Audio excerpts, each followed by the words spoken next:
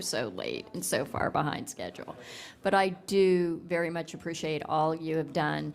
And so we look forward to your presentation. And I've already dug into your parent handbook. So it's very exciting, all of your work this year. So please.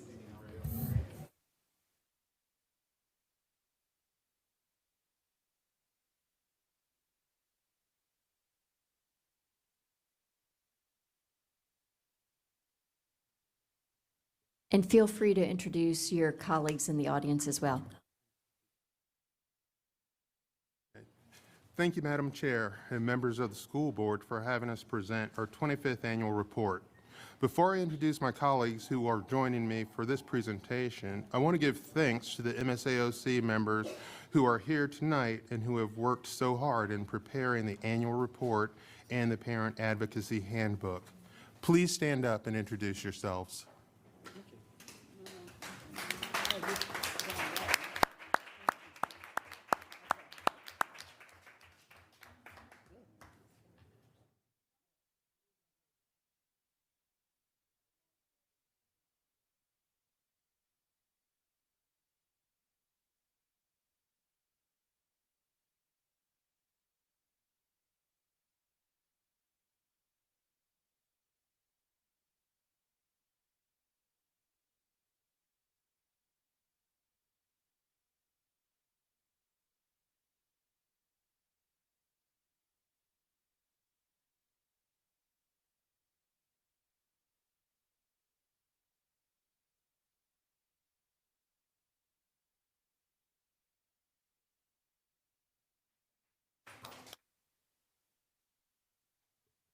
Also joining us for this presentation is Dr. Francisco Duran, who does not need an introduction, but who has been a friend to the committee in so many ways that I cannot enumerate, but now point out his work on the equity plan for discipline policy and practices, and in helping with Mr. Armando Perry, former MSAOC member, but now the ombudsman for Fairfax County Public Schools, and helping with the review of the Parent Advocacy Handbook.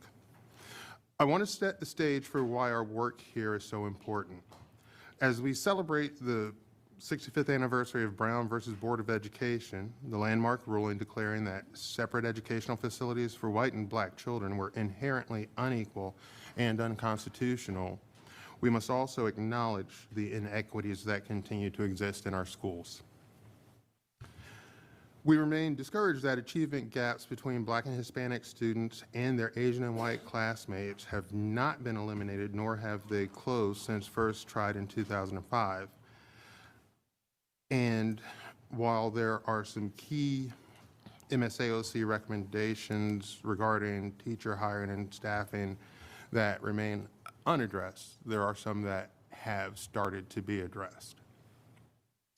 As some of the board members are ending their tenures, we also want to recognize your service to Fairfax County Public Schools and your commitment to our children, particularly Ms. Palchik, who has been the committee's liaison for 2 years.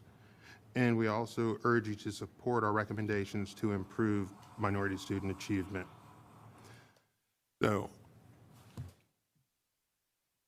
the report that we submitted, we're not going to go over that in its entirety tonight, but what we are going to do is pull out some of the talking points that we have about the issues that we have and some of the recommendations that we have that you have in front of you.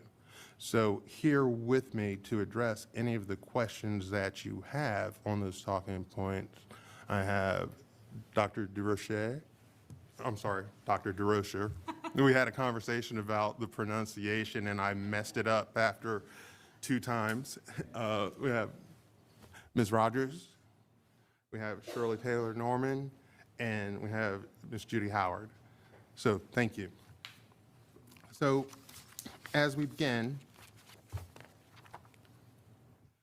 on closing the achievement gap, as you see, we have these 7 tasks that are our recommendations for the 2019-2020 school year.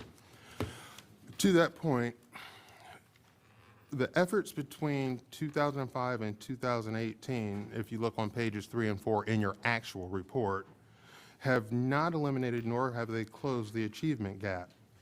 Now is the time for a new and comprehensive initiative by earmarking funding and other resources and ensuring accountability for schools to take the effort seriously. It must address the achievement gap in both our high poverty and heavily Black and Hispanic schools, as well as those schools where those students are in the minority.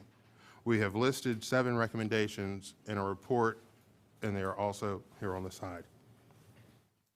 As far as the recruitment and retention of a diverse workforce, hiring and retention is an issue that MSAOC has addressed in its first report to the board in 1994 and in many intervening years as well. Our 2019 report represents the 4th year in a row that we have voiced our current concerns regarding the hiring and retention of minorities teachers.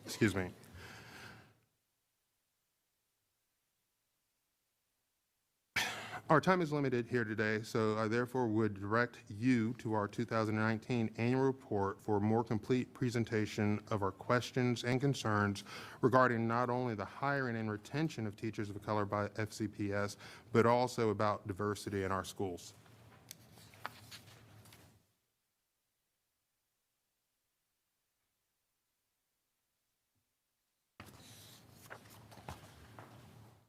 Okay.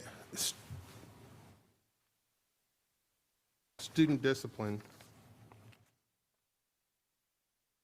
In the past, FCPS's discipline policies conveyed little about positive and preventative practices nor ways to address how race and ethnicity played in discipline decisions.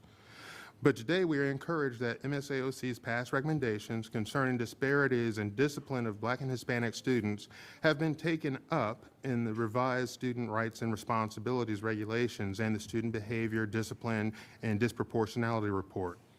These changes, particularly those that provide guidance to teachers on how to manage behaviors in the classroom when fully implemented, will offer opportunities to eliminate discipline disparities. Our recommendation for an incident report to track discipline-related data across classrooms and schools and an annual disparity audit should be applied to the SR&R levels of administrative responses to student behavior. One change coming out of the VDOE that should be highlighted in the SR&R regulation on page 41 is a section entitled Suspension of Students in Grade K through 3. This is important so that parents understand the disciplinary process for suspension and expulsion decisions.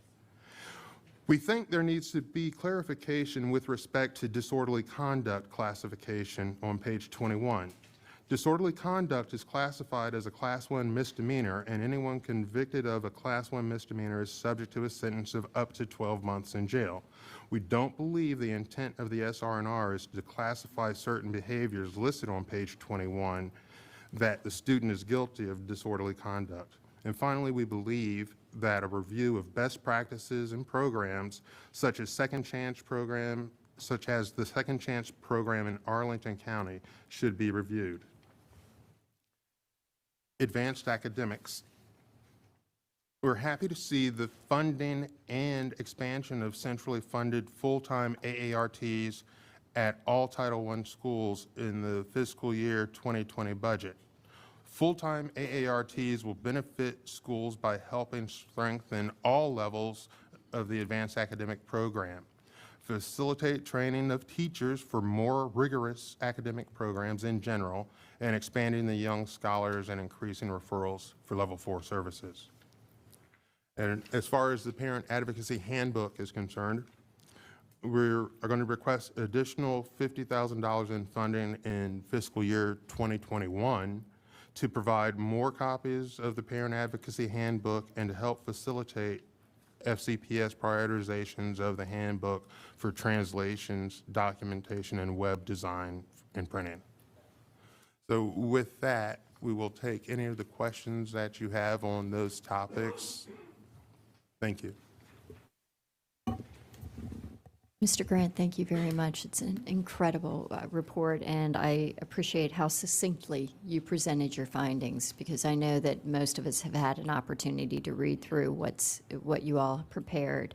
I have Ms. Hines first. Okay, thank you very much. Just a couple things to start off with, and then I'll listen to other questions my colleagues have. One thing that I just want to put out there, so much of the data that we look at when we think about student achievement is based on test scores, based on standardized state tests. And I'm a fifth grade teacher myself, and I have to give those tests every year. And we know from the research that there is significant bias in standardized tests, socioeconomic and ethnic bias in standardized tests. And I feel like we don't ever talk about that. And I think that's a conversation that we ought to be leading. We ought to be doing the research, and we ought to be leading an advocacy argument in Richmond for fewer, better tests of student achievement. So that's one thing I just wanted to put out there. I don't know that it's ever anything we've talked about with MSAOC or even seriously as a board, but that's just to put that out there and see if you have any ideas on it. As far as AAP, I think that we talk all the time about how we're going to get parents more involved and how we're going to get teachers more involved in, getting more kids of color into our AAP programs, right?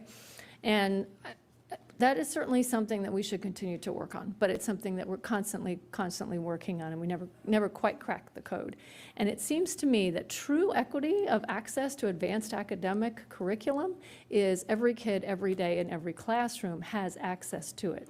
Every day, every teacher, every kid, and that actually is a measure that we now have in our strategic plan, is how well our elementary schools are doing in providing access to that in every single classroom, because particularly for the kids who, may not have it in first and second grade right now, it's going to be really hard for them to qualify or know anything about it when they get to third grade. So that's, to me, a better and more important measure of how we're doing on access to AAP.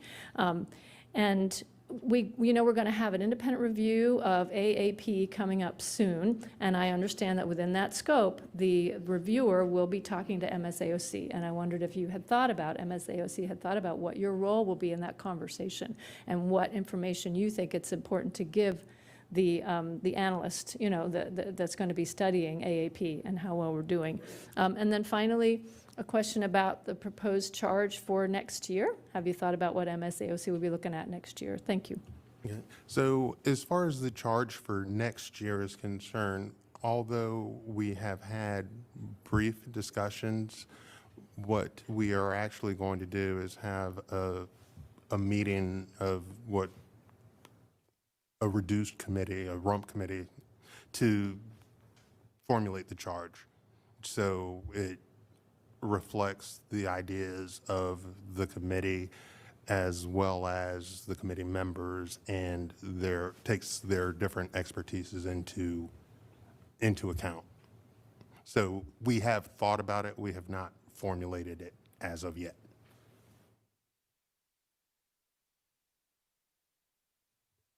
I'd like to speak on behalf of the AAP committee. We agree with you 100%, which is why our recommendation is that over the next 3 years, there's a full-time AART in every school so that they can provide the professional development needed for teachers and provide that differentiated support for the young scholars. We too agree that level 4 is not the metric, but that all students have access, and so funding centrally full-time AART at every school would allow us to make that happen. I agree. That's why we started putting that in the budget. So thank you.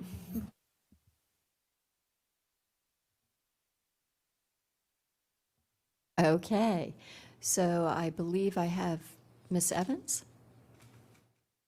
Sure, I'll start off. I know I'm going to have more questions. I'll need to go back, but I did want to start with the Advocacy Handbook. Absolutely excellent document that you have put together. It is so thorough. I just am so very impressed with the amount of information in that and the work that went into it. I did want to ask a couple of things. As you know, we are looking at the SR&R more deeply this year than we have in the last couple of years. So that is something for us to be watchful of, that if and when we make significant changes, and I think we will this year, that will need to be incorporated into what you're doing. You know, you talked about the Second Chance program. I think we're going to make some movement on that this year. Parental notification, we're going to be making some changes there too. So hopefully that can be continually updated to reflect those changes. I was very delighted to see the part about monitoring screen time, and it was repeated time and time again.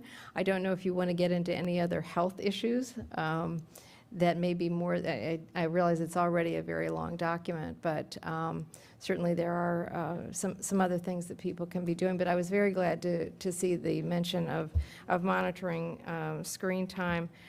The one suggestion I would make too, I was very pleased with the way you talked in there about filling out the forms to get free meals. I think that's so important for some of our families. And I did see that in a separate section on immigration, on immigrants, that you had some information in there about you can fill out this form, they're not going to ask you, they're not going to give this to ICE.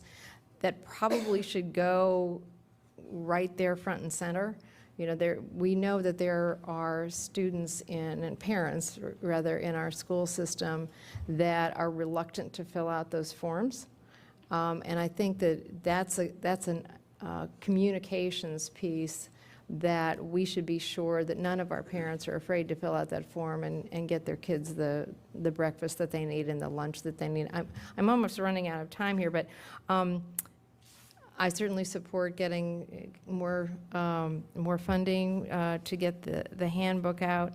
What's the status now? You have this online, and how is this distributed? And in my last couple of seconds, I'll ask, what about translations? Has this been translated into other languages? And then I will need to go back, Madam Chair.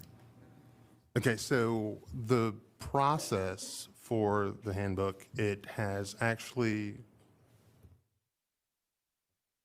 so the handbook is going to be translated, and all of the work for doing the translation and the printing and everything is being handled through Armando Perry's. The Ombudsman's office is driving that part of it. So there have been meetings that have been taking place, and I don't know if the actual contract has been sent out yet to contract for the printing or the design and layout or anything like that. I do know that there have been meetings that have been taking place that Dr. Bussey has been involved with Armando Perry, and I believe Dr. Bussey has presented the handbook to Dr. Brabrand to see and have some additional input and everything like that to it. I mean, now, the committee's work on that handbook was driven by the subcommittees here as well as the people in the back of the room. I mean, my role is to allow the smart people in the room to do the work. And, I'm sorry, did you have a question about the SR&R or the translation? Well, just making sure that we keep up with these changes as they happen. That's one thing to do. But also just the distribution of the handbook. Is there a plan for that? Is it going out to? I know that there was going to be a limited, I know that there was going to be an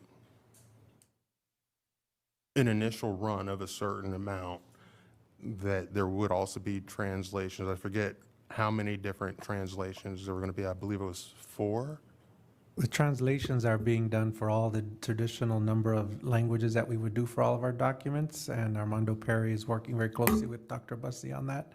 And the goal after presenting today and getting feedback was to make sure that we would have it available for next school year. And there would be a series of opportunities through the parent liaisons, as well as was really important hearing from MSAOC that in the past, when you've given the handbook out, that there was sessions to explain it rather than just distribute it out for parents just to have a copy. It was really more of a learning opportunity to understand how to use it, how to access it. So those types of things will be planned and set up for the next school year.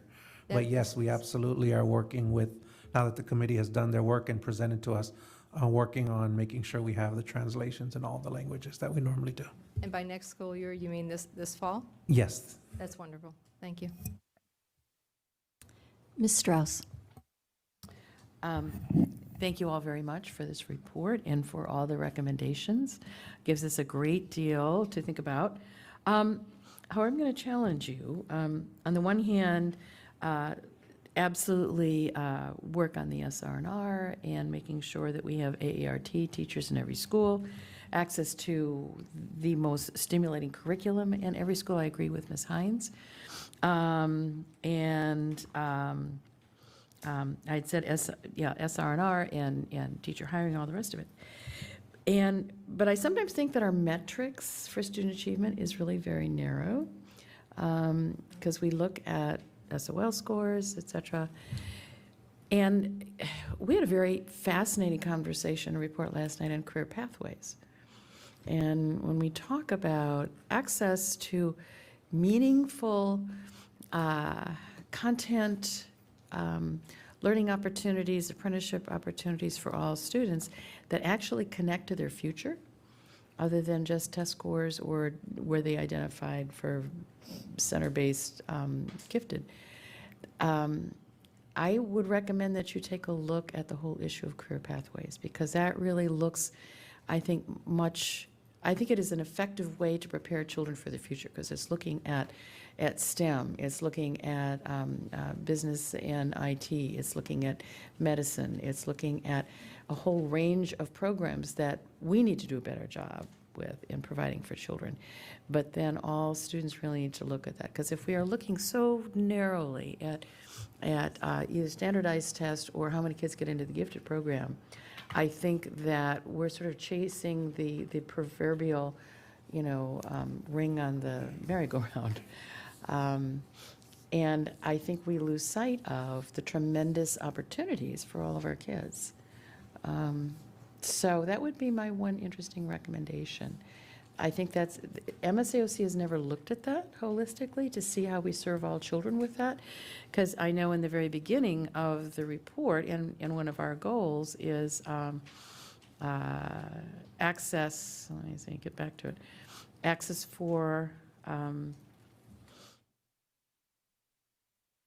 to opportunity. But we have many, many more very, very important opportunities other than gifted and SOL scores. So that would be my one challenge. I don't think this committee has ever looked at that. Okay, But I'm sorry.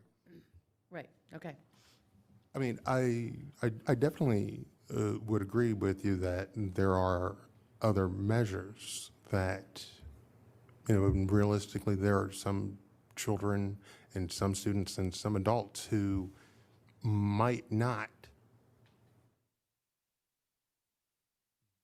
or not might not, there are some students and some adults who might be best suited to do other things that can't be measured by some of the things that we're talking about right now. But realistically, we're dealing with the things that we were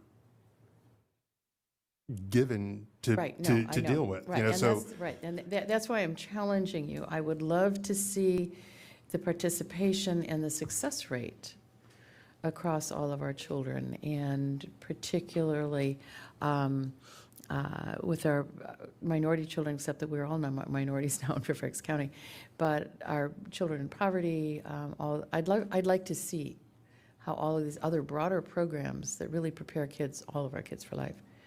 What is participation? How does that look from the MSAOC viewpoint? Because that's for the next year, maybe.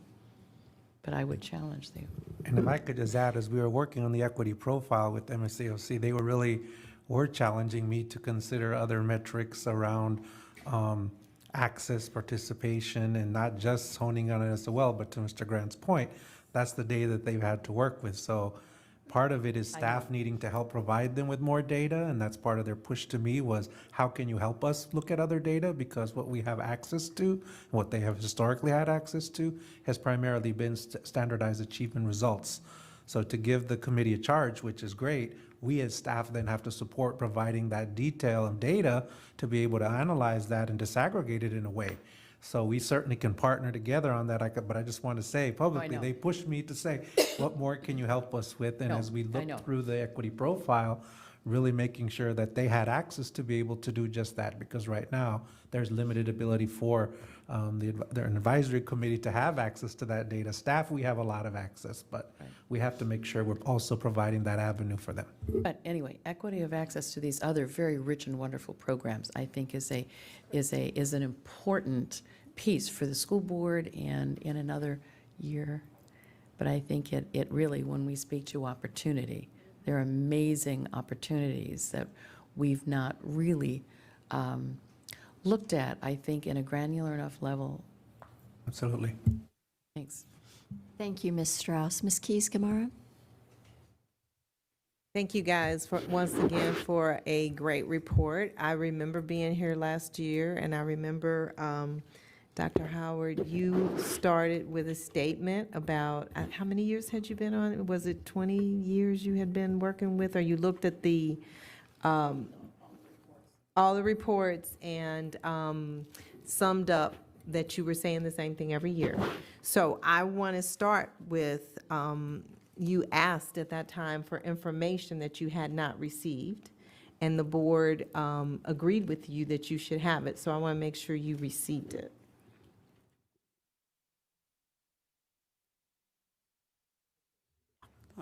Okay. We did not receive it right after the board meeting, which was on a year ago yesterday. We kept waiting and asking for it.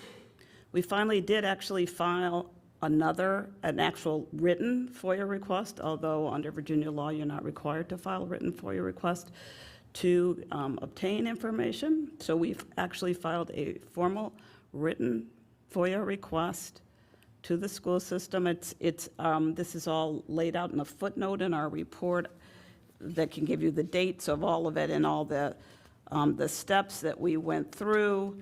So we filed the report. It's on the footnote. Footnote 6. So my glasses are on page, at the bottom of page 7, carries over. We finally did get data the day that everybody went on winter break. And so we didn't have the amount of time to unpack it. It was not in a format that was easily accessible. I was really very struck by what the Human Relations Advisory Committee had said about data. Mr. Wilson, you're shaking your head because you were asking those questions, and Ms. Schultz, I believe you too were referencing that. We didn't, and so it's taken a long time. It took a long time even to begin to start running any kind of searches begin to answer our questions. So even the information that you see in our report on the diverse quality staff, which was what that data related to, that's only the very tip of the iceberg of what the questions we wanted to ask were, because we just simply did not have the time. And when you're on a time schedule to get the report done for you, when you back that all up, we're working with a small window, and then we're working with a group of volunteers who then don't meet very often. And with the open meeting requirements for advisory committees now, it's even more difficult. So it took a while, but I think as was noted with the Human Relations Advisory Committee, the school system needs to do better in making sure that there is access to the data that is needed. I will say that one piece of data that we used in our report that was helpful came from the equity profile, and we were very grateful to have that resource, and we hope that will be expanded in next year and in years following, so that more of that information is readily available for everybody. Well, I wanted to give you an opportunity to explain that, because I don't think that was our intention last year when we had that meeting, and I know that Dr. Brabrand said that he would certainly try to facilitate that, so certainly that was a breakdown of some sort. But I may posit or suggest to you that as we look at your charge, that the types of information that you regularly need be included in that, so that it's not a regular struggle, and we can agree to what that is, and we'll be voting on what the charge will be. Because certainly there's been such excellent information coming through this committee.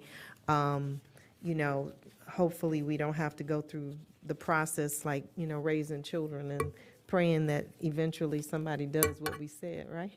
So,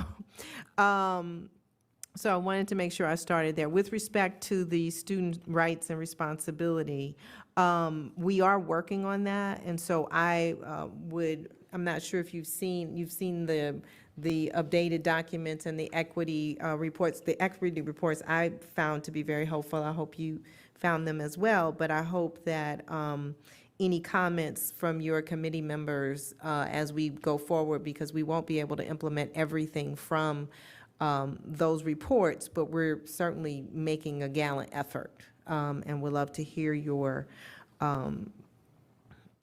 comments. I noticed that you have in here the portrait of a child in poverty, and I'd like to hear a little bit more as to how you think that might work and how we might coordinate that with Project Momentum.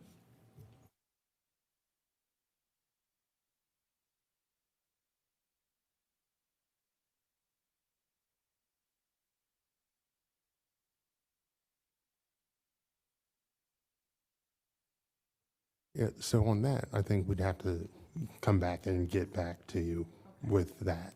Okay. Thank you. No problem. And then with respect to teacher recruitment and retention, I know that years ago we started talking about the George Mason study, et cetera. And so I would like to ask Dr. Brabrand, and I don't know if Dr. Nixon is, oh, she just came back. I just caught you.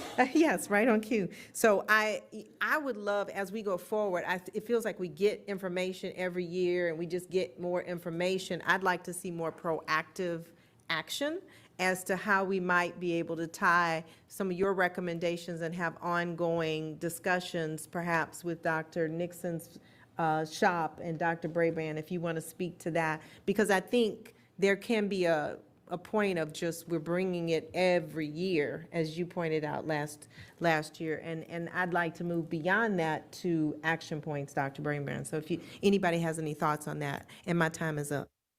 So I will say that we have met with Dr. Nixon, and while there were some initial misunderstandings, that everything has been straightened out in terms of access and responsiveness. And I think that now we have what is the start of a good working relationship. Dr. Nixon and two of her staff members came to one of our meetings and presented information, and we had a chance to discuss the hiring process and the fact that there were some tools that seemed to be being used that either, in our opinion, were not used in the right sequence. But then we've also had some other discussions. I mean, and I know that Dr. Brabrand has said that the pool is now being administered in a more centralized location as opposed to a decentralized location, which gave the opportunity for things to not be as clearly discovered. So there were different candidate pools that were being used, and Dr. Brabrand has instituted a more centralized candidate pool. So, the change that has happened in that process, I think, is beneficial at this point in time. I think there's more change that still needs to be done, and I would say that at this particular point in time, I see the relationship becoming more positive than it had been in the past. Is there still room for improvement? Yes. But we're marching down that path. And we're marching down that path together, not pugilistically. We continue to reiterate our recommendation that we made after the George Mason study was presented, and that there was some beginnings of movement and an alleged commitment, and then it fell apart, to have independent counsel and consultants review the entire employment process. We need to have people who are not within the school system looking at all aspects of human resources. And as our report shows, it's not just hiring, it's also retention. It's also who's in the building in each of these buildings, and how that impacts student achievement, how that impacts climate, all the things that, once again, the Human Relations Committee was also speaking about. They talked about accountability, they talked about, and they were just talking about retention. And we're talking about hiring, retention, we're talking about looking at who's here, and looking at promotions, and looking at your staffing, not just of teachers, but looking at your non-instructional staff.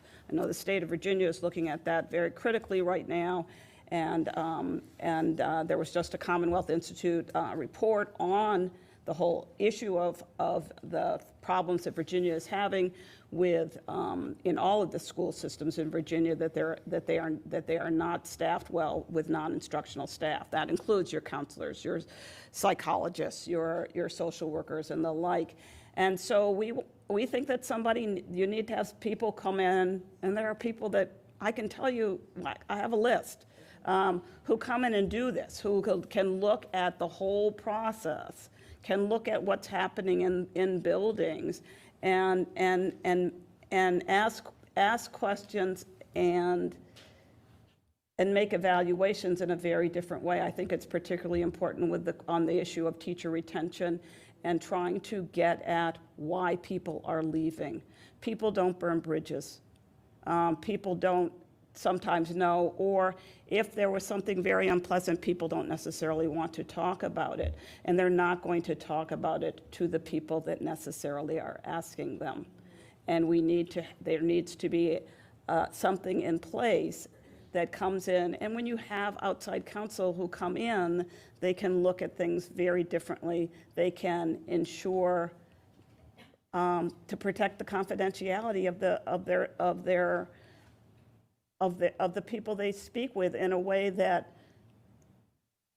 the teachers, the principals, and the like can trust that. And I think you find that a lot of times people don't speak because they're concerned that somehow it's going to come back on them. And I think we've got to figure out ways to make sure that we facilitate that complete analysis in those kinds of discussions. And when you do it all internally, it just seems to we shouldn't be asking the same questions year after year after year, and if somebody comes in and figures it out, they can really help and guide the school system to be much more efficient, and to ensure as well that their processes are equitable, fair, and legal. Thank you, Dr. Howard. Ms. Derenak-Kovacs. Thank you for this report, and thank you all for the time you invest. We know it's a lot of work to put this together, so thank you all, particularly Fred chairing this committee and the rest of you who are there every step of the way to help the chair. I too want to just say I loved the handbook. I know that's something that previous member have talked about. It was a while back. I think I was here, got on the board when it was dropped. Ralph Cooper wanted it. We've been talking about it. He was a big proponent of that.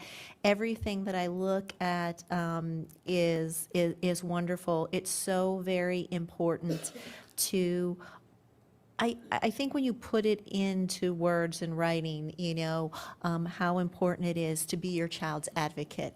That's a message that I always talk about in my 2 minutes when I have that recorded message.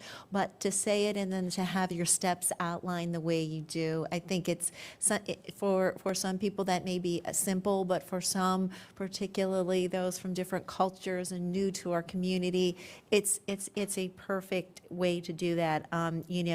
Details of parental rights, people may not know that or understand that. So thank you for all that, and I would, for staff, definitely support the nominal monies to produce additional copies. I think well worth the investment. There's a note about continuing the community school models. We started some of those. Those are both sitting in my district, making great progress. I've been to several of the community, and Karen's, yes. Many, we've both been to many of the special projects that occur as a result of the community schools, and it gives a lot of buzz, and it's exciting. So I think that's important. I think the only thing I would say is let's kind of, because they were in my communities, there have been little bumps here and there. So I think it's good to do a comprehensive analysis before we expand further. I know we're expanding little by little, but a comprehensive analysis of, in this first year and a half now, is it, where we are, where we're going, where we need to go, and how improvements can be made as we expand these models, because I think that those are great models.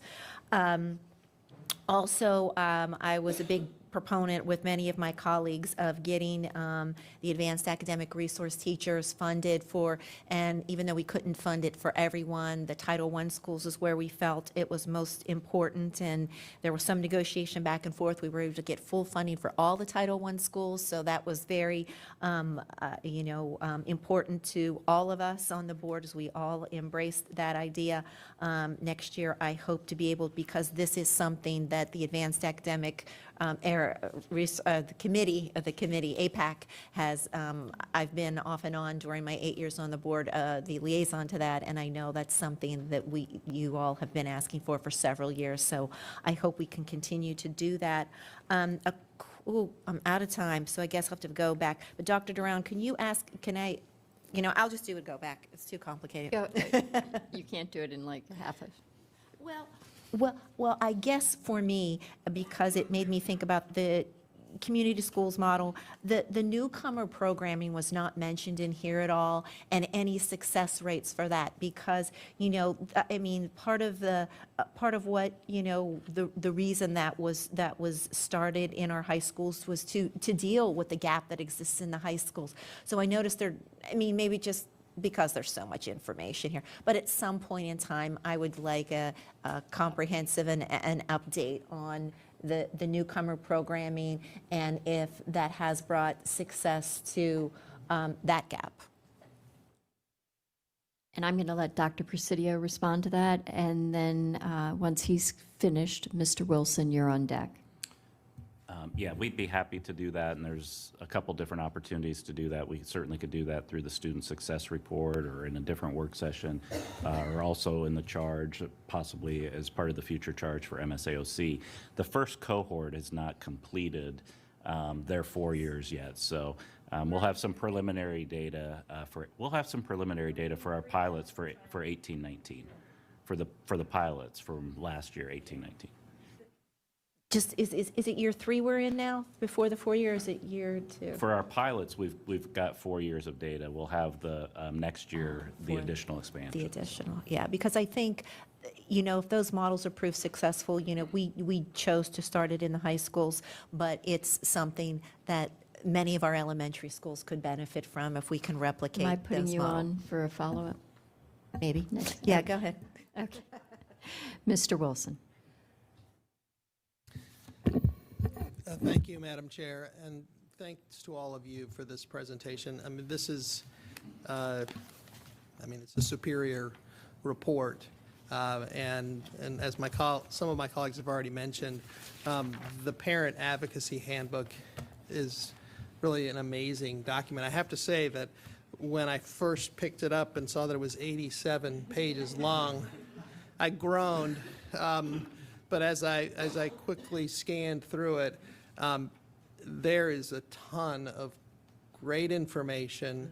It's packaged in a very accessible manner.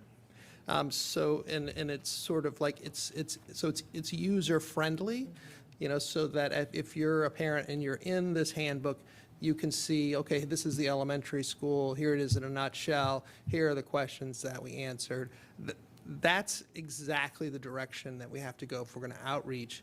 And I would say that actually this, I don't know if the expectation was that individual families would receive a paper copy of this, but I think that, I think that ease of use and an immersion of parents into these questions so that they can find out answers.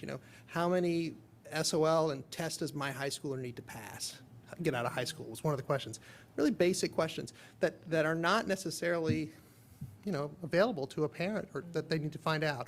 And I don't know if it's using, social media or video platforms to put this into little segments that parents can really utilize, but this is a great effort. I really want to emphasize that. So that's my first thing. I just want to underscore one point, and I have to say that in the report itself, the data of the sort of immovable object of the achievement gap, it's extraordinarily disappointing. And the one thing that caught me right off the bat was this a statement early in the report that talks about how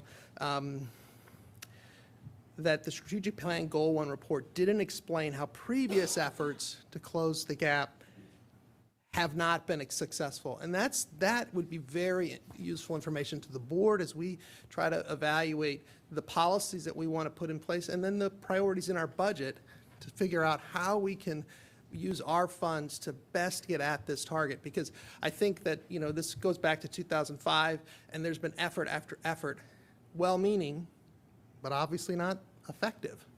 And we need to be able, and I think you're a great team to get down to what we can do and how we can best use resources to get at this issue. Which if we want to be a leader nationally, there's no better way than finding I think you describe it as the achievement gap.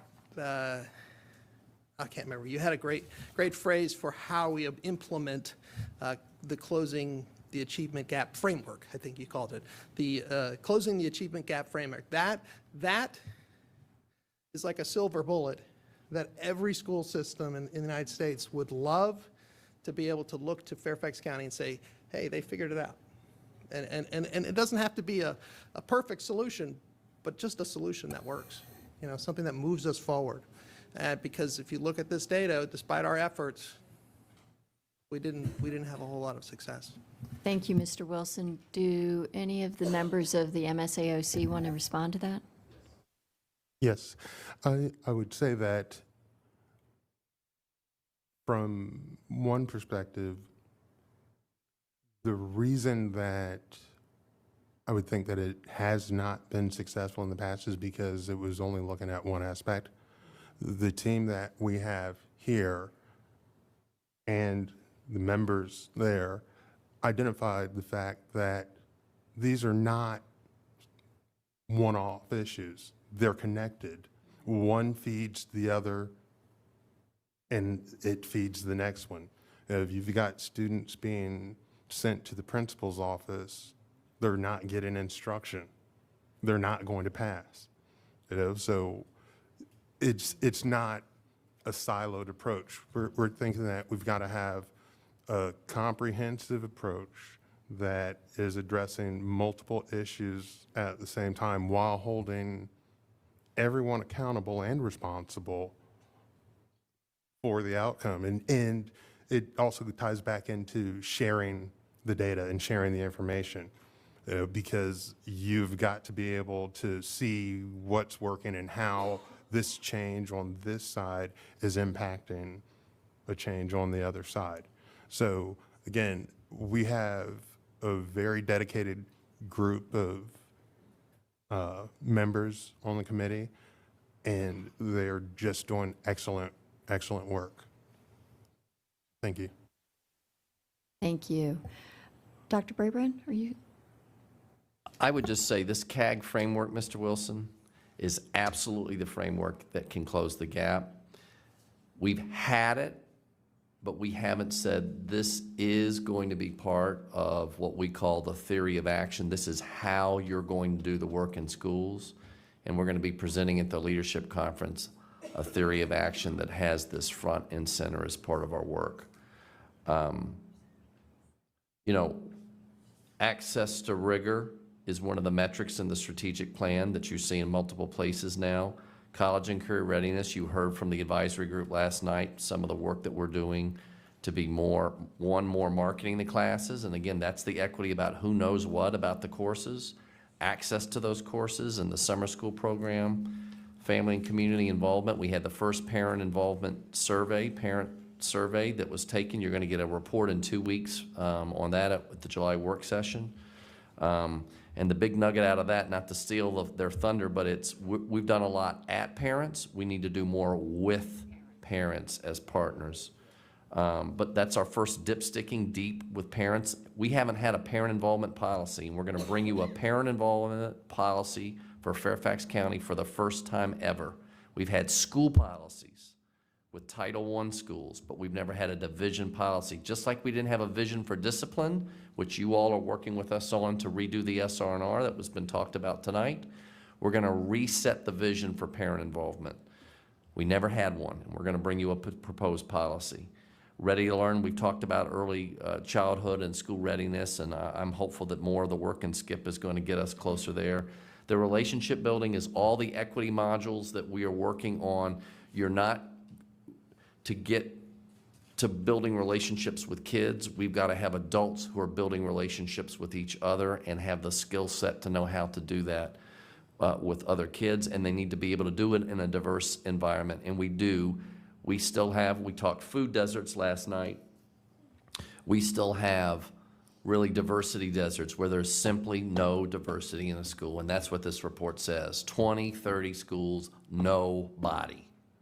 And all of our schools have diverse kids in them, and it's not right that we've got dozens of schools with nobody of color, nowhere, not in instruction, not in operation.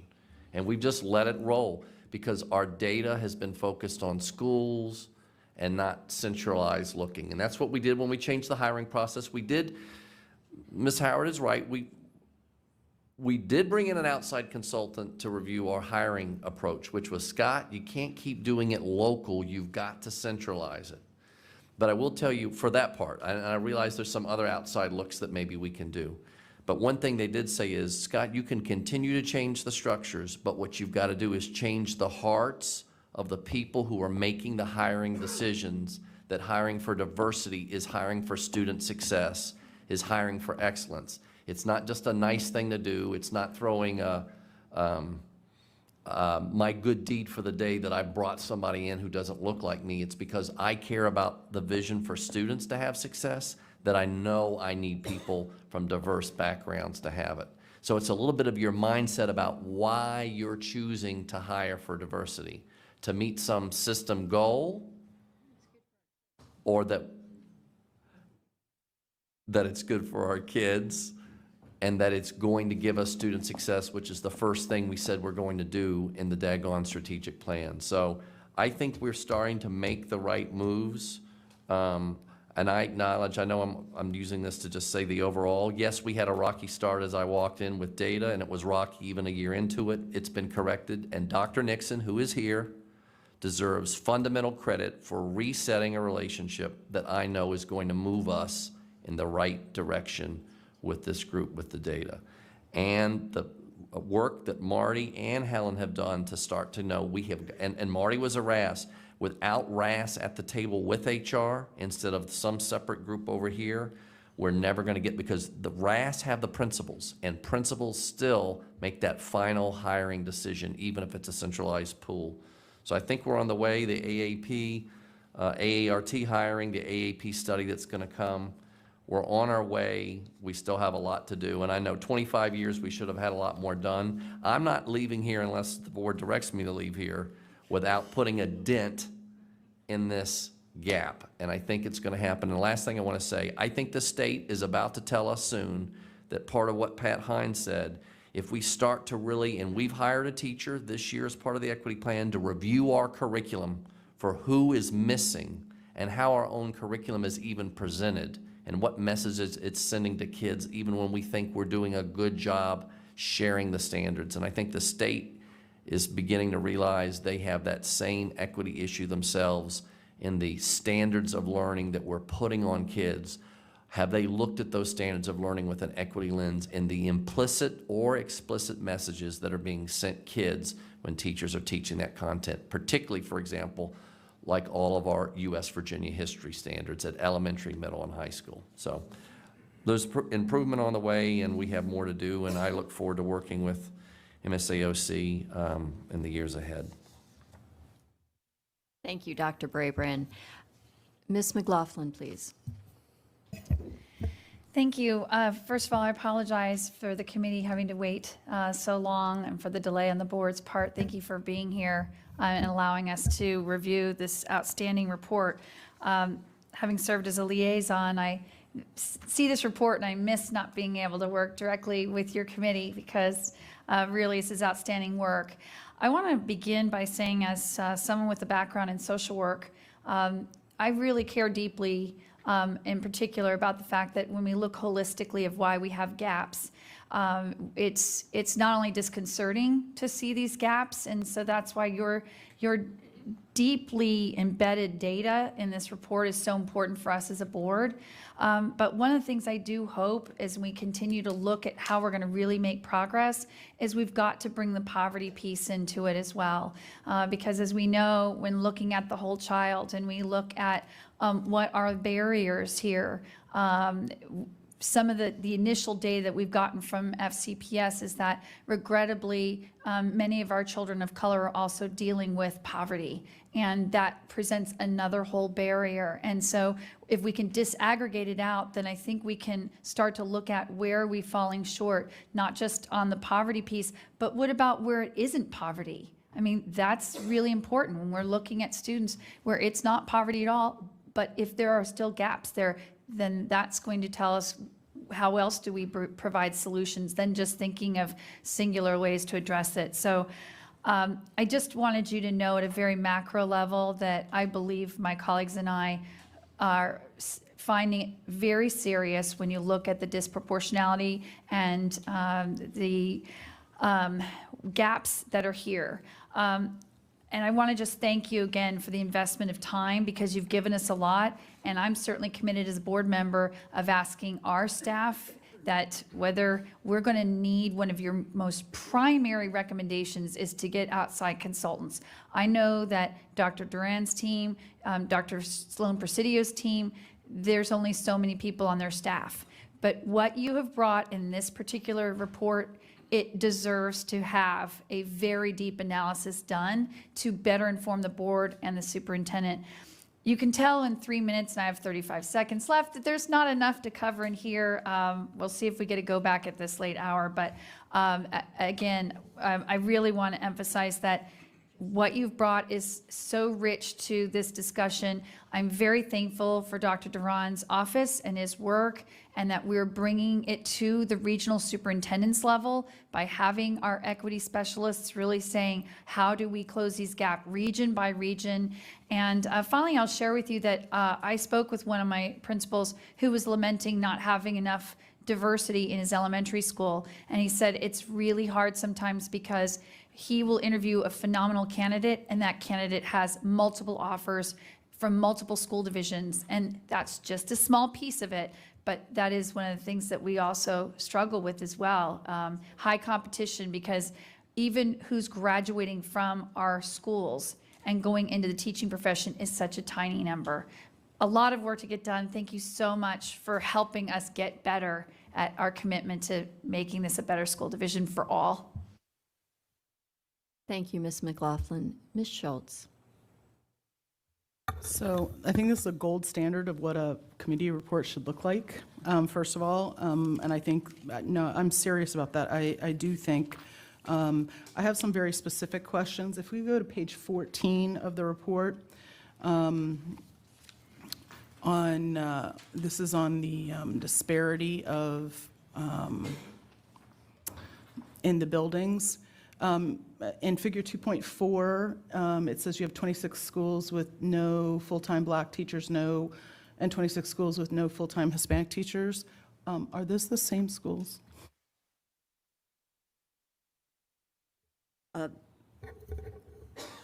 There are 7 schools that overlap where they have none of either. So you have 26 that Okay, have so Venn diagramming 26, 26, and in the middle, there's 7. 7. So it's 45 schools total that either have no Black teachers, no Latinx teachers. I got it. or On none page of either. 15, if we go to the next page. So on this, and it applies the same as at page 11 for the full-time teachers employed, but as an example, so this talks about principals employed, 2008 to 18, and that's 10 years worth of data, but that's employed. Did you also do or look, or do you have access to the data of principals who were hired in that period of time, disaggregated? Yes, we do. We haven't been able to look at it yet, but we have access to it. So, I mean, the employed is interesting. I think better would be hired, both on the page 11 and this page. And then page 16.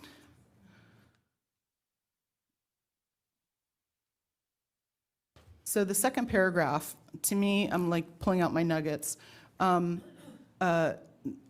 The second line of the second paragraph. We are concerned that but for this report and the inquiry completed by volunteer members at MSAOC, no one within the school system has undertaken a systemic review of its schools. I'm nothing if not consistent. This is in fact the problem. The problem is the lack of analysis. So again, 8 years, actually 10 years now. You have data. You can have meaningful data, and you can have meaningful data in context. You have to analyze the data to understand what is happening. I had looked at the student discipline report, drugs and alcohol, except vaping, are flat since like 2009, other violations. Disruptive behavior, which is caught up in these discipline statistics, is up 200% in the same amount of time. Assault's up 250%. In my last few seconds, if we could go to page 20.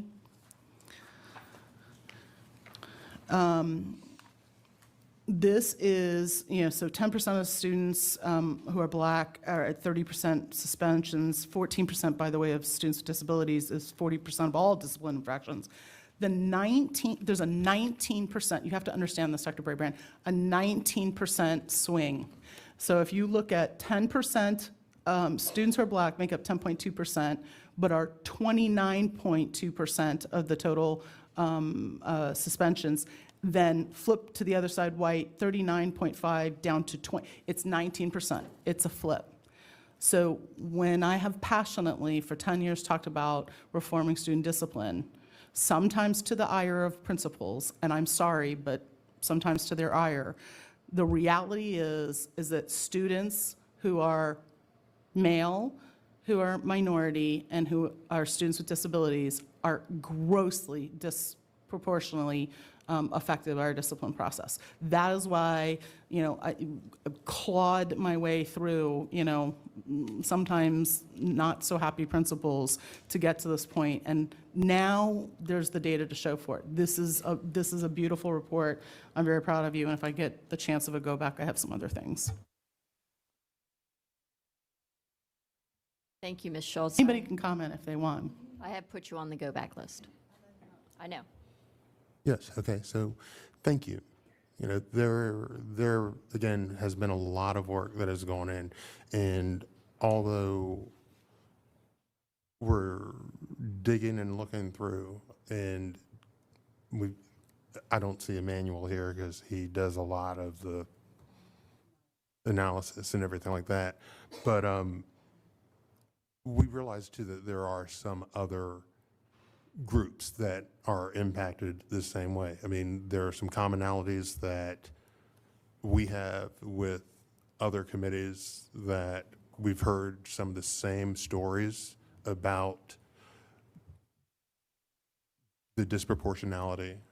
And when we've attended some of the community sessions that have been put on, and we've talked to the special education PTA and have heard some of the same stories that resonate with the stories that we've heard from our members, that there's more commonality between a number of our advisory boards and a number of the students who make up the system than there are differences. So I think you'll see more going forward where there is a mapping or a similarity that's happening. So thank you very much. I appreciate it. If I could just share, I know 10 years of frustration, and I acknowledge it. I hope you feel in the second year of my administration that we, partnering with this board, listening to this board, we're going to make the most substantive rewrite that you're going to vote on at the next board formal meeting, the most substantial rewrite of the SR&R in decades. And I believe a year from now, with the implementation of the SR&R, as you all will vote on this summer, that we'll start to see real changes in this. Much of that data right there mirrors some of what Dr. Duran and the discipline consultants, along with Orsi, showed. I think 3-to-1 disproportionality for African American was the same in the, and I don't know if that's the same data or a different data. I just don't know off the top of my head, but about that 3-to-1. So I do think we're going to start to see dramatic differences in this data. I certainly hope so, and we're committed to doing that annual review that needs to happen so that we can make adjustments if needed. So thank you, Ms. Schultz. Just real quick, this data is different. This is just suspended. What we showed was any disciplinary involvement, which was even more than this. Thank you. Mr. Moon, please. Thank you, Madam Chair. Thanks for the presentation and the report. I always reading your report because it contains a lot of data and deep analysis, and I appreciate that. I am going to just ask a couple of questions focusing on one of the recommendations dealing with CAG, and I'm going to use this 2-page sheet, front and back. I don't know which one is the front and which one the back is. This is on the closing the achievement gap number 1, because it intrigued me when I saw earmarking funds to support by individual program. Could you elaborate what some of those individual programs lacking designated or specified fundings are? Because I normally assume as a board member, there's a program and there's a funding associated with it. The committee really felt that there was more funding needed, but that that we would really feel that the purview of what that funding would look, where the funding would be spent or how it would be determined would go back to the district and to, Dr. Presidio and those teams to think about what that would look like. So we weren't recommending where or what that funding, what programs it would go to, but that it needed to be directed to the CAG programming. Okay, trying to understand, clearly. So committee is recommending more funding. For the Closing the Achievement But Gap. we do have a certain funding for CAG. And when I first saw this, there's no specific no funding. funding at all.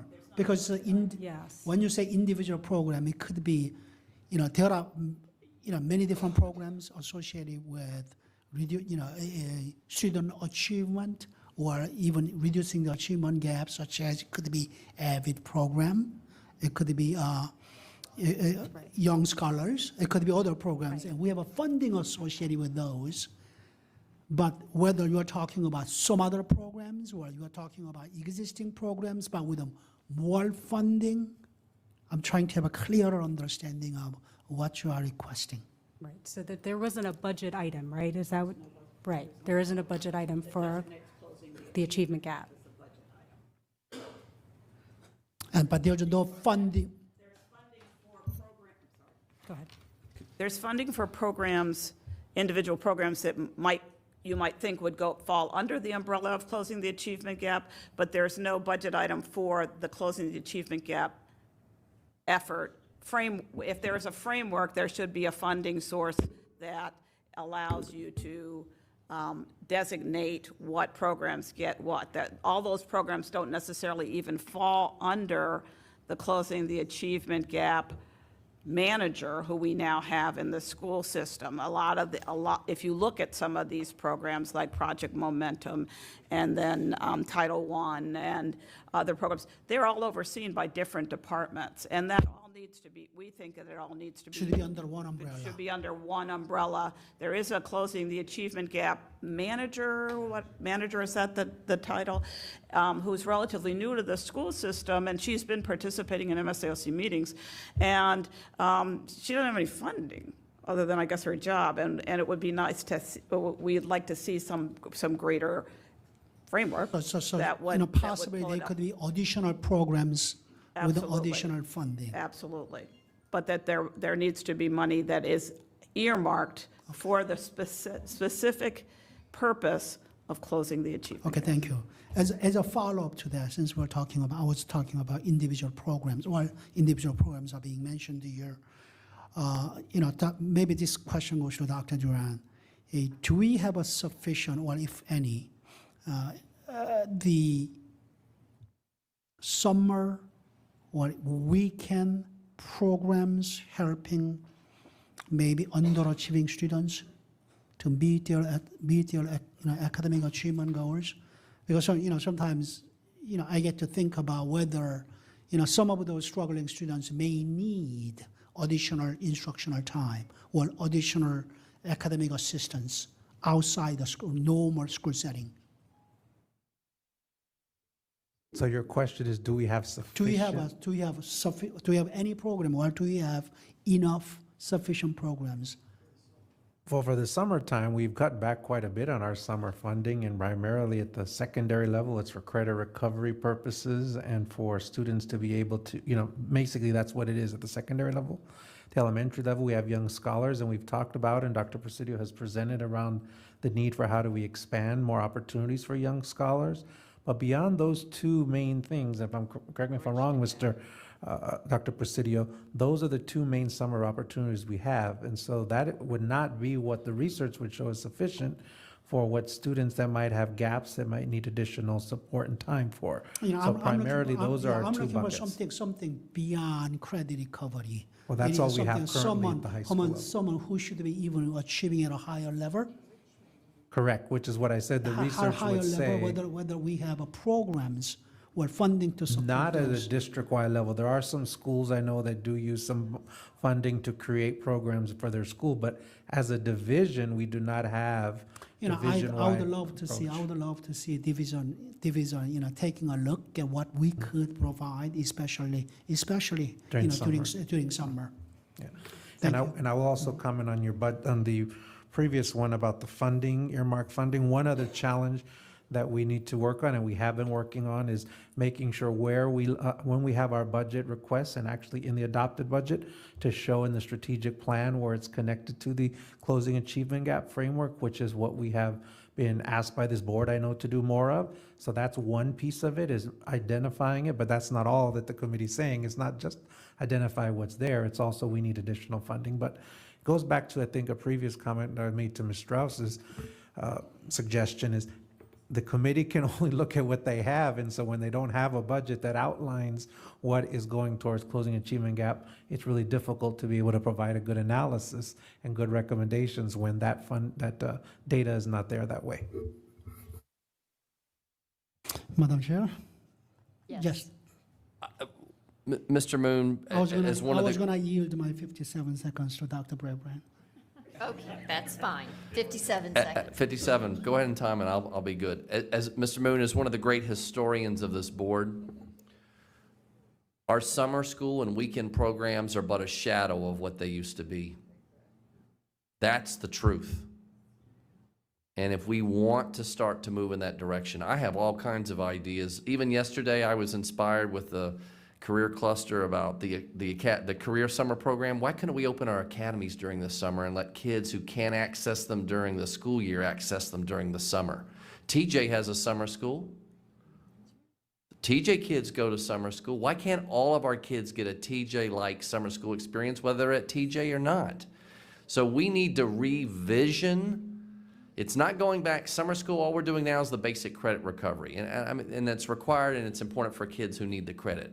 But we've got to go bold and bigger in a summer school or after-school vision, not just more of the same, but something fundamentally different that gives kids access in ways they haven't got them before. And frankly, the budget, we've just been playing backwards and chip away at this, chip away at that, and we need to stay aggressive in aligning our budget to the strategic plan. And I do see multiple opportunities for how we can continue to use after school and summer school to close access and opportunity gaps for students. So I'm looking forward to additional discussions as we get to the fall budget for the year that comes. Oh, or year end. Maybe Francisco will talk to Marty between now and year end. Thank you, Dr. Brabrand. I have a number of go-backs, but before we do the go-backs, I'd like to take an opportunity.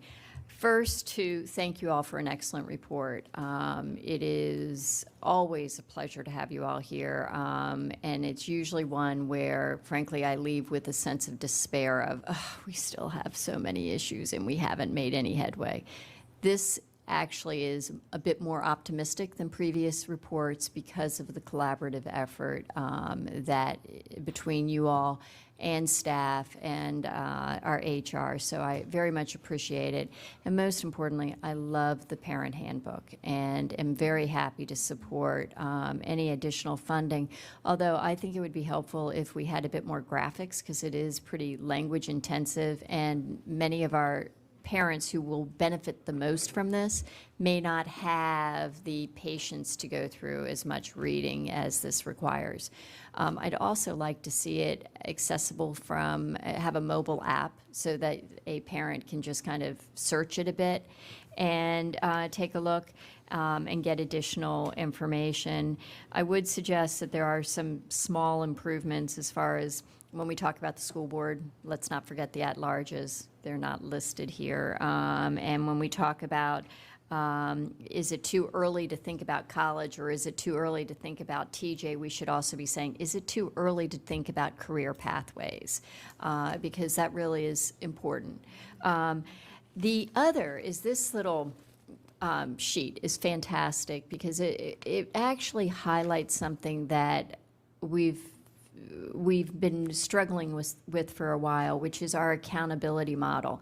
And it's, it's actually very close to what we were just talking about with our budget. Tell us what you value by how you spend your money. And so I absolutely support the concept of having more of a budget line, which is on closing the achievement gap. And I think when we do that, you'll see a braiding of a number of different activities that are currently ongoing, which will work towards it. But I'm a bit worried when we talk about the achievement gap and closing it, that we always look at it as a deficit model. And I don't think that the achievement gap is purely a deficit model, because part of it is inspiring kids to achieve at their highest potential and setting expectations. And when we only look at deficits versus saying a complement of deficits that a child may have, but also creating opportunities for them to stretch with additional rigor and additional opportunities, then what you will see, I believe, from some of the studies, is that we will actually see the closing of the achievement gap. And so I wouldn't mind hearing from you all a bit more about how you see how we could do that. Well, I mean, I think one of the ways that we could do that is to make sure we're holding all of the children to the same standard and not letting someone say, oh, well, you don't have to struggle. You don't have to struggle. No, if they are having difficulty doing a particular task, you know, it's not, oh, well, you tried to read that book, but here, instead of getting you frustrated by asking you to try to read it again, I'm going to give you a book that's easier for you to read. No, you got to challenge. You have to challenge the kids. You have to challenge them in the math. You have to challenge them in the reading. And you have to not just challenge them, but you have to support them while you're challenging them, encourage them. You know, you can't keep them down with kindness. You know, that's too much. You know, because it's not, you know, once they get out of school, and they're going to realize that being out of school is just as hard as being in school, and nobody's going to give you anything. You have to work. You have to be held and encouraged. And that's what needs to happen. I mean, yeah, you do have to recognize when there are difficulties and when extra support and everything like that is needed, but you have to start off with the same expectations.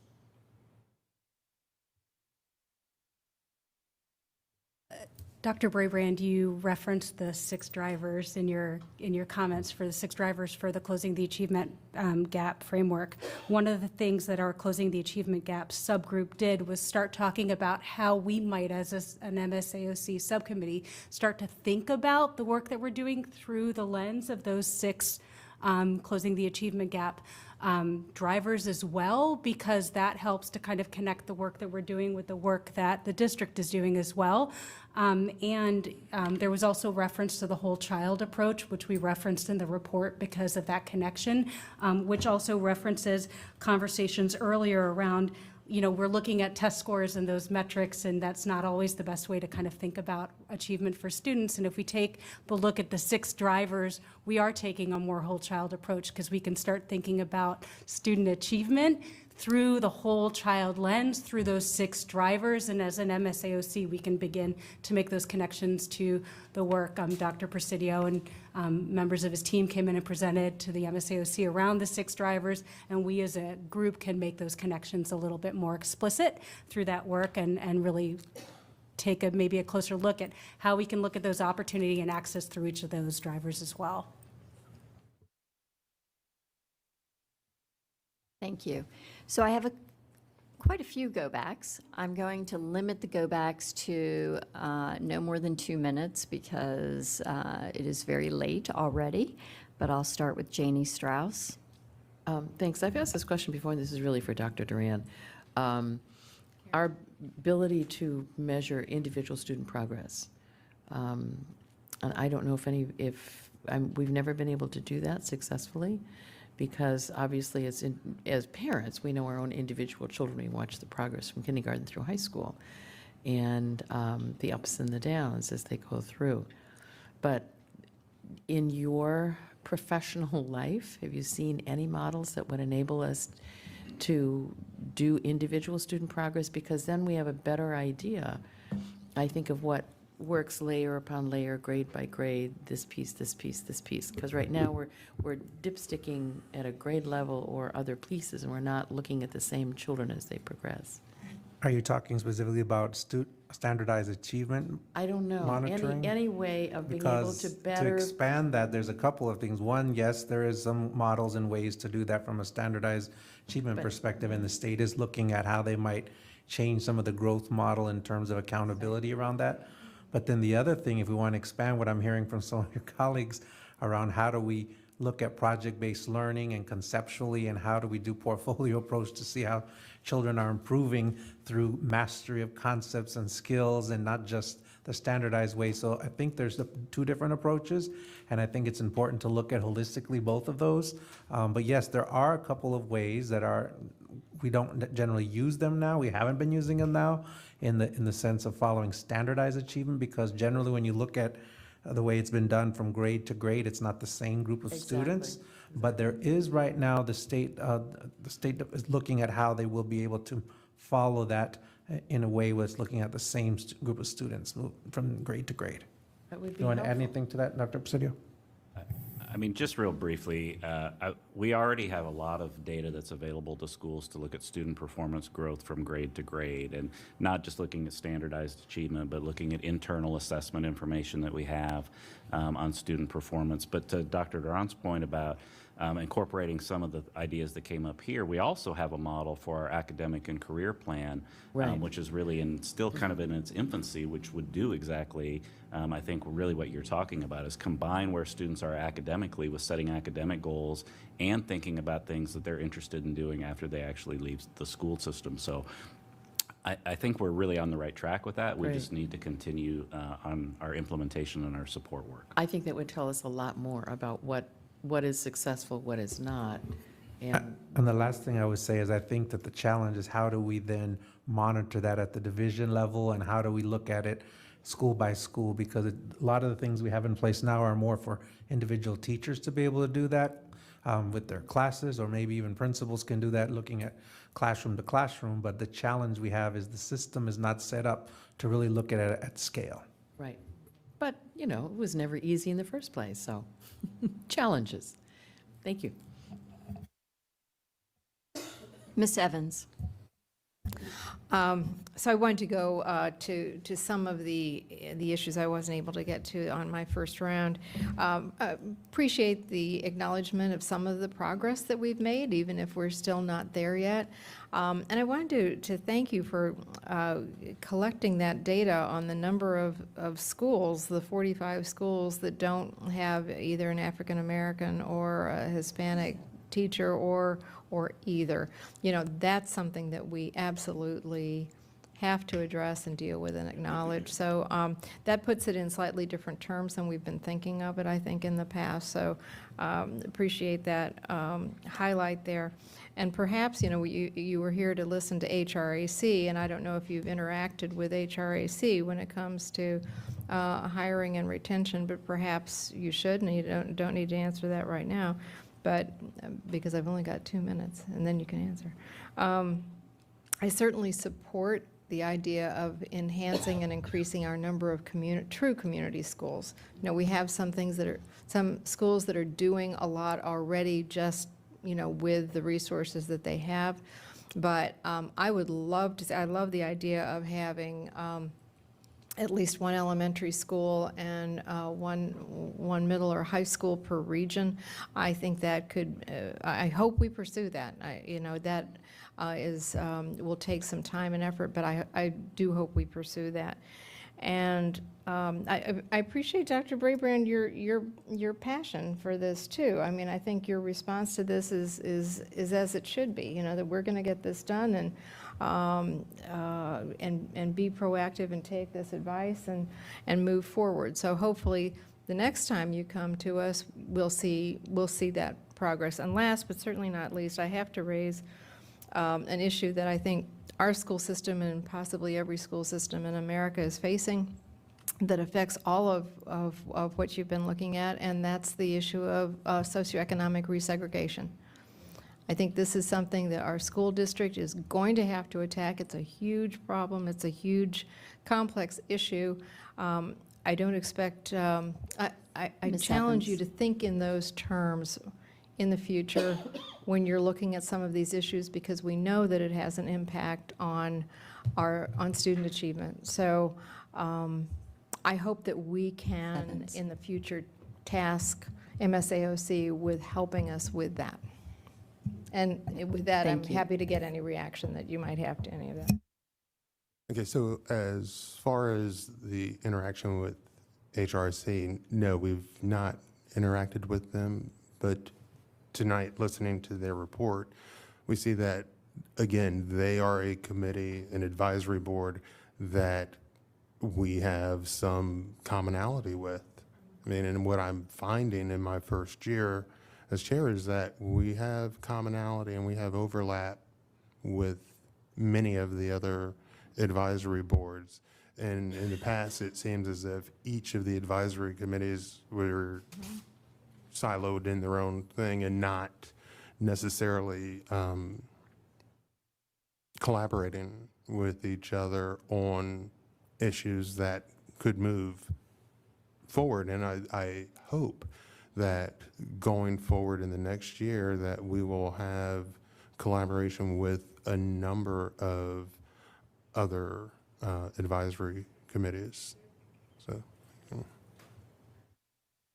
And to the point of socioeconomic resegregation, and that's something we really wanted to look at when, as a component of our review and looking at who's in buildings, and it really goes to the point that you were making earlier that I think is really important, that the school system really needs to do a systemic review of all the different layers in a school building. You know, you don't just look at who the kids are in the building, or who the adults are in the building, or who the support staff is in the building, but you look at what the facilities are in the building, what the community looks like, and then look at your test scores and look at all of that, and so that you can look and see. I mean, one of the things that we really want to do with the data that we found and we haven't had a chance to do is to do a scattergram and look at where people are. And it's just surprising to me that this has not been done by the school system, but it really is a really important thing that needs to be done. I think if you put out a map where you looked at where your teachers of color, for example, were, and where your kids were, and where your poverty is, and you look at your buildings, and you look at your boundaries, and you look at all of that together, it may give you some answers to why we have an achievement gap, why different things are happening. And until we look at all of it together, just as Ms. Schultz has been advocating for, I think that we would really maybe begin to get some answers for things. And then the final piece about the community schools. I mean, we have a member who attends the community school committee on SCIP and has been working with them on that. And there's a lot of progress that's being made in that committee, and there's a lot of good work that's going on in that committee that's related to SCIP about community schools. I mean, I'm not going to go into all of those details right now, but we've had a number of meetings and we've made, I think, substantial progress in identifying the factors that would go into the selection and the placement. And it's really good detailed work that's taking place in evaluating who's involved in terms of which organizations in the county, which organizations within the school system, and everything like that. So there is good work that's taking place on moving that forward. Thank you. I have Ms. Keys-Gamarra. I have just one thing I'd like to point out, and a question. I believe it's from the handout that was in our seat when we came in, on under recruitment and retention of a diverse workforce, number 5. It says request that the staff review the monthly separation reports by disaggregated by gender, race, and ethnicity, and provide more detailed analysis in this regard.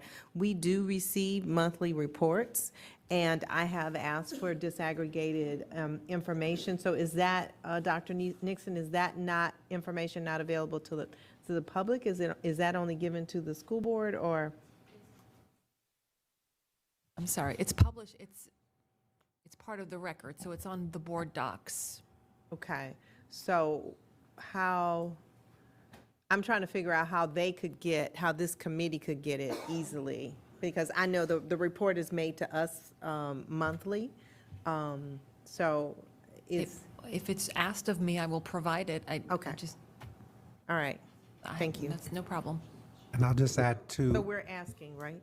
Okay. and I'll just add to I think the essence here from the committee, because they've shared this with me, is the analysis of that data, not just getting that data. So that's the piece that, and Dr. Nixon has been really working with the committee to provide them more data, but I think the ask here and the key word in number 5 is analysis, because again, they are, as Dr. Howard said, Ms. Howard said, a volunteer group, and so for having some more analysis provided rather than just the data, and that's where we haven't done all that we could. Certainly. But definitely the data's been coming more. Right, you can't get the analysis without the information, so I want to make sure that we're getting the information.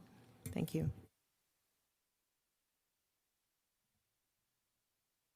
Ms. McLaughlin? Thank you. One of the things that I wanted to go back on is that on page 9 of the report, where we were looking at our teachers hired over like the last 9 years of data that was there starting in 2008 to 2017. One of the things I thought would be really helpful for our staff to do is provide a crosswalk and look at how our data matches up within the region of, the Washington metro area, and then how we measure up with the state, and then how we look nationally with these numbers. And the reason why is because, as been mentioned earlier, we also have to look at what is happening with our teaching profession and who goes into it, who graduates and pursues it. We know that we do not have representation of men in the teaching profession compared to women. Very disproportionately, very heavy female profession. And so that, I think, is just another piece of how we look at how is Fairfax County, because while these numbers are absolutely something we've got to focus on and understand, I think it will also be very helpful for our community when we look at how are we compared to what is the landscape, and then are we looking at the challenges that are facing school districts, again, regionally, statewide, nationally. So I wanted to emphasize that. The other thing is I wanted to say that on page 6 of the report, first of all, I liked all of your recommendations, so I'm looking forward to staff telling us how much we can implement, and if not, why not. So I, again, want to compliment you on the substance of those. But on page 6 in particular, I wanted to spotlight for my colleagues and Dr. Brabrand that I think it's critical, bullet number 2, when it's talking about including in the school improvement plans, these having initiatives related to closing achievement gap, opportunity gaps, and caring culture. I thought that was really a valuable point that you wanted to make. And then I also, in terms of, like the whole page, I know, so I ran out of time again. So I do have a question, though, for Dr. Brabrand on this one, where bullet 3 says require monitoring of schools by the deputy superintendent and the RASs. Please help me understand, how does Project Momentum currently play into the bullet number 3,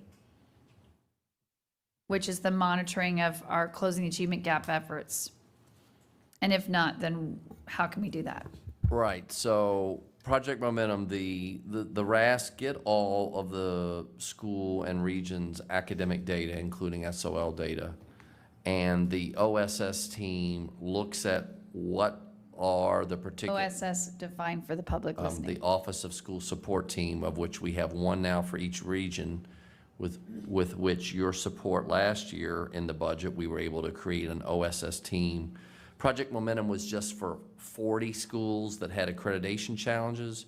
We created an OSS team in every region to be able to go out and spread out and work in any and every school. And the RAS sit with the OSS team. We have an EP designated an executive principal just for school improvement. And they sit with that team and look at schools by subject area. Is there a special ed issue? And look at that data by subgroup? Is there a English issue, a social studies issue? And then begin to go in and do targeted support with teachers, either in the classroom modeling instruction or observing it, working with the CLTs, which are collaborative learning teams, to see if those teams are really working together to share lesson plans and best practices. We have an equity specialist for the first time this year on that OSS team for each region to go, what are some equity issues in looking at the data? We've never had that lens before. Oh, we're doing great. We're a green school. We've always been accredited. Well, you may be green, but your gap is red, because for those kids in your school who are second language or African American, and some of our greatest gaps, frankly, are in schools that we've traditionally seen as no problem here, everything looks good. Well, we've taken that lid off. The equity profile that Dr. Duran has done has even accelerated that looking, as has the state accreditation process, which now just has looking at gaps in a more fundamental way. So the bottom line is, before, I was a RAS, or what we called the cluster 10 years ago. I had me, a director, and a half a secretary. Now these region assistant superintendents have a team of anywhere from, say, 6 to 8 people who they can put out in schools and make sure there's interventions with administrators and teachers to get the instruction or the supports right. And so that's a big plus. I am hopeful. I don't want to make any announcements yet about, data's very preliminary, but I think we have some good news to tell about that work this year, and we'll be sharing it at the appropriate time with the board. Just Dr. one, Duran wanted to add just one other little piece, because I know it's late, but I think also the essence of the third bullet as it relates to Project Momentum. Project Momentum does all that Dr. Berryburn describes. But remember, the Closing Achievement Gap Framework has 6 drivers. So Project Momentum is really focused more so on the academic side of that work, and also the relationships, because we do have the equity specialists that are part of each team, but there are other parts like Ready to Learn and all the other pieces that I think the committee's recommending, and I want to speak for them, but I mean, that's part of what, in conversations that I know, are really recommending how is the deputy superintendent and the regional superintendents partnering with OSS, Office of School Support, to look at all 6 drivers. Because Project Momentum is really focused on the academic achievement at the school level. Thank you. I would just say, Thank you, I think Doctor. there's a next step from all of this, which is how do we take I know we don't do next steps, but I think the public would like to know. So, Ms. McLaughlin, Yeah. thank you very much. Appreciate it. Ms. Schultz, you have the last word. Sorry, could you repeat that? Mic drop. Booyah. Actually, I'll have the last word when I close See, out. I knew it was too good to be true. Okay, if we could go to the top of page 4, please. Don't you start that time. I'm not talking. I'm waiting for the slide. Okay, so we've spent a lot of time talking about who we're hiring. And I get that we've got some issues with inequity, and it's clearly been made clear tonight. But I'm looking up at the wall at student success. And this slide, along with others that match it, I just happened to pick this one, and what the Goal 2 report that was brought to us that showed a different level of achievement expectation by race are the biggest problem to me. We are 13 years into this slide, and student achievement for minorities is worse. It's worse. And this is the argument I have with my colleagues, I think mostly respectful, but passionate, that we have, in that period of time, spent hundreds of millions of dollars on needs-based staffing. Hundreds of millions of dollars. And we haven't moved the needle. And in fact, the needle's worse off. So the one thing, as much as, and I told you at the beginning, I think this is a gold standard report. The thing that's not here for me is the wagging the finger at us, telling us what you're doing isn't working. We are wash, rinse, repeat. And now it's wash, rinse, repeat with dirty water because we're doing the same thing over and over and over again. And the answer is always needs-based staffing. And the diamond, shining for me in all of this is the fact that Project Momentum works.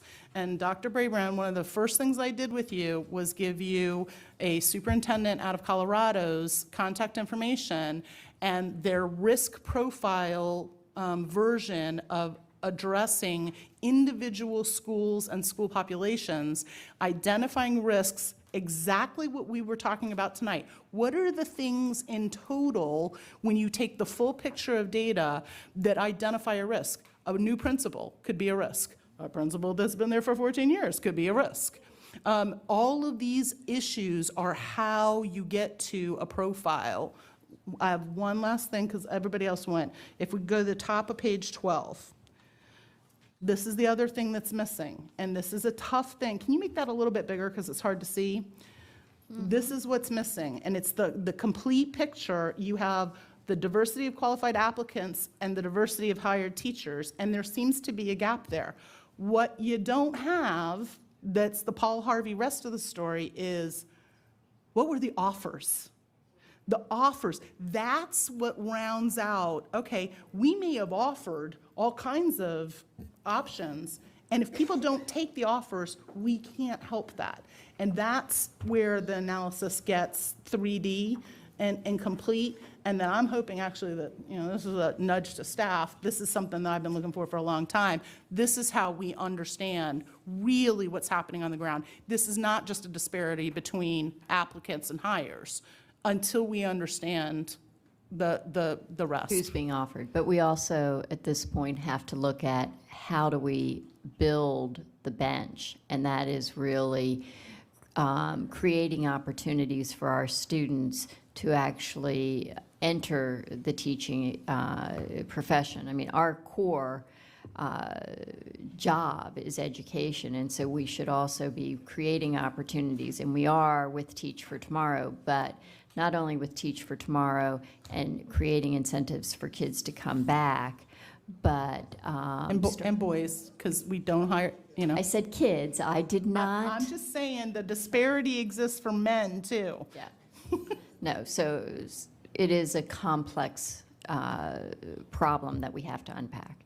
So, Dr. Duran. Real quick, please. I just want to say that in closing, I've taken a lot of notes on a lot of the data points because, and to your point, Ms. Schultz, I think a lot of the analysis should come from us more, and this is a committee that really has been doing a phenomenal job of doing that. They've been pushing and pushing and pushing, and so I just want to say that we will continue to partner with this committee. They have been very, very, very collaborative in working with us on the Equity Office, but I just feel that it's important to say, and I've said it a few different times, it's us getting them the right data, number one, and two, making sure we're providing some analysis and getting feedback, not just asking them to get the analysis and the data when they don't have access to it in sometimes. So just wanted to acknowledge that I've heard that loud and clear, and the last word was Ms. Schultz, but it went around the table from many people. It went around the room from many people that's not lost on us and on the staff. Thanks. Thank you, Dr. Duran. And thank you very much to all of the members of the committee. Your work is just so valued by us. And I'm going to urge all of my fellow school board members to make sure that you look at your appointments for next year, because we will be approving appointments for all of our advisory committees at the next meeting, and we don't want to have any vacancies because this work is too important. So thank you. I'm telling you, I'm like hearing hallelujah chorus. Yes. And this meeting is now adjourned.